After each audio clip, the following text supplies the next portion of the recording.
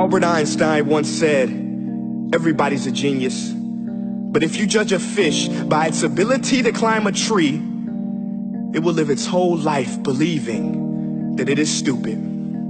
Ladies and gentlemen of the jury, today on trial we have modern day schooling. Glad you could come. Not only does he make fish climb trees, but also makes them climb down and do a 10-mile run. Tell me, school, are you proud of the things you've done?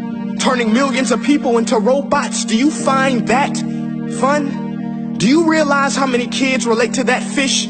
Swimming upstream in class, never finding their gifts, thinking they are stupid, believing they are useless? Well, the time has come, no more excuses. I call school to the stand and accuse him of killing creativity, individuality, and being intellectually abusive. He's an ancient institution that has outlived his usage. So, Your Honor, this concludes my opening statement, and if I may present the evidence of my case, I will prove it. Proceed. Exhibit A. Here's a modern day phone. Recognize it? Here's a phone from 150 years ago. Big difference, right? Stay with me. Here's a car from today, and here's a car from 150 years ago.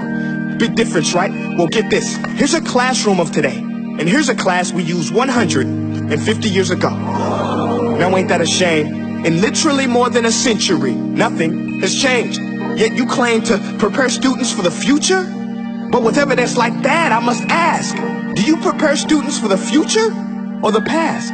I did a background check on you and let the record show that you were made to train people to work in factories, which explains why you put students in straight rows, nice and neat, tell them sit still, raise your hand if you want to speak, give them a short break to eat, and for 8 hours a day, tell them what to think. Oh, and make them compete to get an A letter which determines product quality, hence grade A of meat. I get it. Back then, times were different. We all have a past. I myself am no Gandhi. But today, we don't need to make robot zombies. The world has progressed. And now we need people who think creatively, innovatively, critically, independently, with the ability to connect. See, every scientist will tell you that no two brains are the same. And every parent with 2 or more children will confirm that claim. So please explain why you treat students like cookie cutter frames or snapback hats, giving them this one-size-fits-all crap. Watch your language. Sorry, Your Honor, but if a doctor prescribed the exact same medicine to all of his patients, the results will be tragic. So many people will get sick, yet when it comes to school, this is exactly what happens. This educational malpractice, where one teacher stands in front of 20 kids, each one having different strengths, different needs, different gifts, different dreams, and you teach the same thing the same way? That's horrific. Ladies and gentlemen, the defendant should not be acquitted. This may be one of the worst criminal offenses ever. And let's mention the way you treat your employees. Objection. Overruled. I want to hear this. It's a shame. I mean, teachers have the most important job on the planet, yet they're underpaid? No wonder so many students are short-changed. Let's be honest. Teachers should earn just as much as doctors, because a doctor can do heart surgery and save the life of a kid.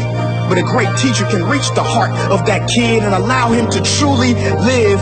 See, teachers are heroes that often get blamed, but they're not the problem. They work in a system without many options or rights. Curriculums are created by policymakers, most of which have never taught a day in their life. Just obsessed with standardized tests. They think bubbling in a multiple choice question will determine success. That's outlandish. In fact, these tests are too cruel to be used and should be abandoned, but don't take my word for it.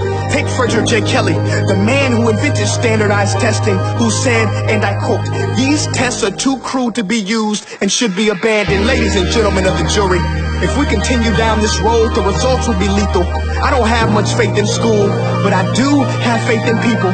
And if we can customize healthcare, cars, and Facebook pages, then it is our duty to do the same for education, to upgrade it, change it, do away with school spirit, because that's useless.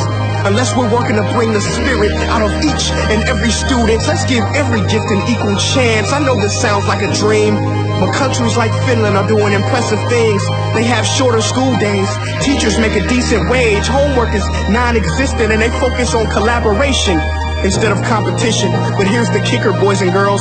Their educational system outperforms every other country in the world. Other places like Singapore are succeeding rapidly. Schools like Montessori, programs like Khan Academy, there is no single solution.